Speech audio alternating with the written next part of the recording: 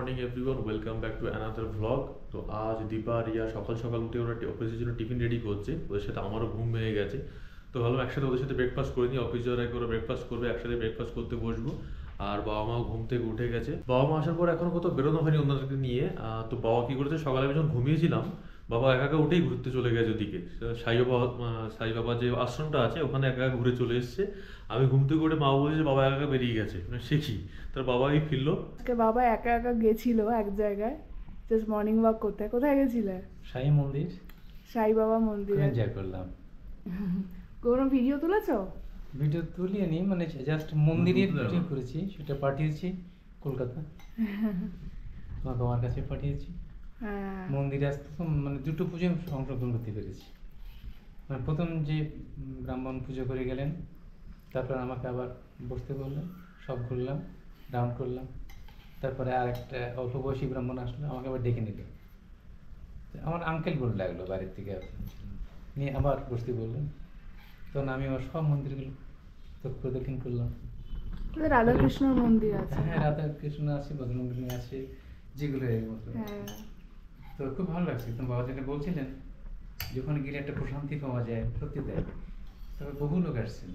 এবার আমি যে প্রথম গেছি তার জন্য না, আমার এই ঠিক ভক্তি যুগের জন্য হোক, যেটা হোক, উনি একজন বয়স্ক যে ব্রাহ্মণ ছিলেন, আমাকে ডেকে নিলেন। আমি ভাষা না বুঝতে পারলো, উনি বুঝলাম, আমাকে দেখালেন এটা একটা, বুঝলাম, আমি তাকে থ্যাঙ্কস দিলাম। তারপরে আবার যখন চলে আসছি আবার ডাকলেন, ডেকে তখন প্রসাদ নেওয়ার কথা বললেন। হ্যাঁ, নিলাম। নেওয়ার পরে ধূপটু বের করে নিয়ে আবার মাথায় আমাকে এটা গেলাম, যে তা বললাম যে এনি প্রে, বলে হ্যাঁ ইউ মে, ইংলিশ বললো, ইউ মে প্রে এনিথিং। করলাম আমার যার জন্য প্রার্থনা করার দরকার আমার সামনে, যে তারপরে আমার ওকে সে করলেন। অন্য যারা গেছেন তারা বলছেন ইনি বোধহয় একটা স্পেশাল কে কিছু।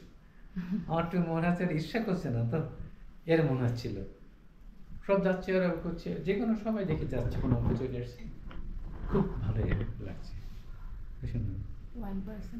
আর আমি এখন অফিসের জন্য রেডি হয়ে গেছি। ওটস, কলা, আম দিয়ে এসব ও খাচ্ছে। হ্যাঁ, মা ওখানে বসে আছে। সোমবার তো যদি কিছু ফুল টুল আমাদের এখানে রয়েছে, অনেক গাছ টাছ রয়েছে, ভেতরের দিকে গাছ রয়েছে। বাড়িতেই তো আছে, ফুটেছে। হ্যাঁ, এই তো ওই তো লাগবে শ্রাবণ মাসে তো ওই ফুল লাগে। হ্যাঁ, একটা ফুটেছে ওখানে। আমার টিফিনও হয়ে গেছে, এটা ডালিয়ার খিচুড়ি।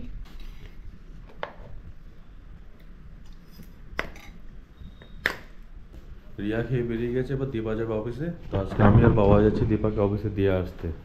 অফিসে না, মানে অফিসের বাস স্ট্যান্ড অব্দি, পিক আপ পয়েন্টে। অফিসেই দিয়ে আসতে যাচ্ছে তো। এই তো ওঠার আগে একটা হনুমান মন্দিরে এসেছিলাম, ওখান থেকে প্রসাদ নিয়েছি। তারপরে হ্যাঁ, আমাদের বাড়ির সামনেই, বাস স্ট্যান্ডের সামনেই একদম।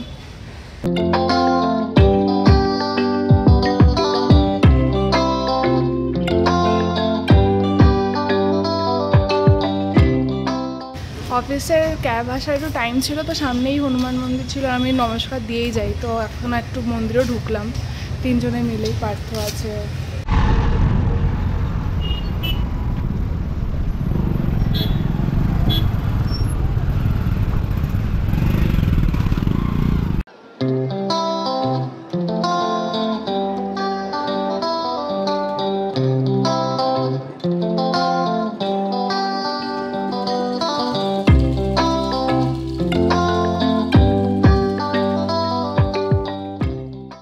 আড়াইটে বাজে, লাঞ্চে বসবো। আজকে লাঞ্চ মাই করেছে, লাউয়ের ঘন্ট আর আলু বেগুন দিয়ে তরকারি, যেহেতু আজ শ্রাবণ মাসের প্রথম সোমবার, আজ আমাদের নিরামিষ।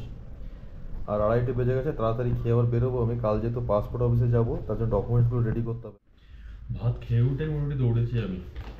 কালকে সকালবেলা আমার টাইম পড়েছে পাসপোর্ট অফিসে, পাসপোর্ট রিনিউ করতে যাওয়ার জন্য। আর সব ডকুমেন্টসগুলো রেডি করতে করতে না মনেই ছিল না আগামীকাল ডেটটা। দুপুরে খেতে খেতে মনে পড়লে খেয়েই দৌড়েছি, সব জেরক্স টেরক্স করে ছবি টবি তুলে আনলাম। তারপরে আজ আবার 5টা বেজে গেছে। আজকে তাড়াতাড়ি একটু অফিসের কাজ ছিল বলে বসে পড়লাম আগের থেকে 5টা থেকে। আর বাবা মা এসছে, কিন্তু বাবা মাকে নিয়ে এখন তো বেরোতে পারেনি। বাবা মা নিজেই এখন হাঁটতে হাঁটতে বেরোলো, বলে তুমি অফিস করছো এখন, আর দীপা আর ইয়া অফিসে গেছে। তো বাবা মা হাঁটতে হাঁটতে নিজেরাই বেরোলো, বললাম টুকটা ঘুরে আসি। তো আমি কি করলাম, গুগল লোকেশন শেয়ার করে নিয়েছি আমার সাথে, যদি হারিয়ে যায় তাহলে আমাকে কল করে আমি বলে দেবো কীভাবে ফিরতে হয়।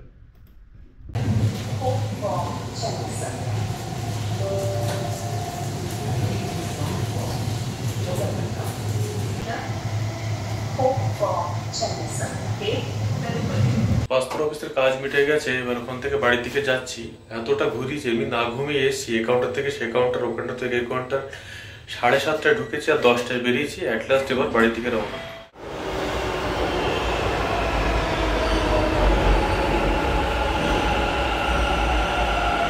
অ্যাট লাস্ট কাডুগুড়ি মেট্রো স্টেশনে এসে পৌঁছলাম।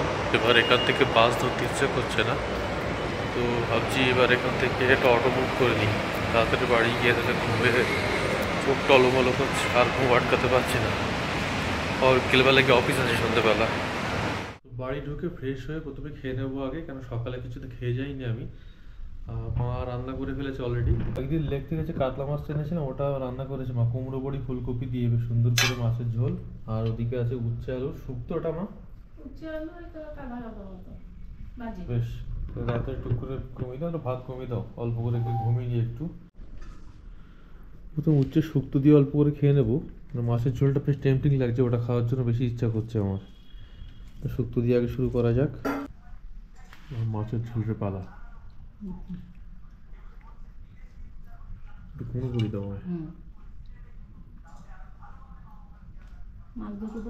না, না একটাই মাছ দাও।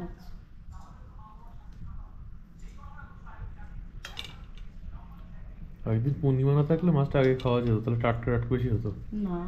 জ্যান্ত মাছ নিয়ে এসেছিলাম লেক থেকে।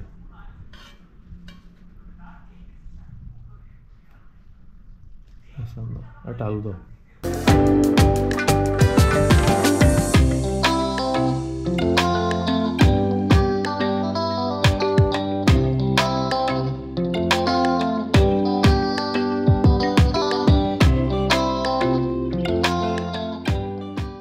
আলু আর ফুলকপি আর বড়ি দিয়ে একসাথে মেখে নিতে হবে, সাথে একটু মাছ, একদম ফ্রেশ কাতলা। আজকের ব্লগটা তাহলে এখানেই শেষ করছি, দেখা হবে নেক্সট ব্লগে। টাটা।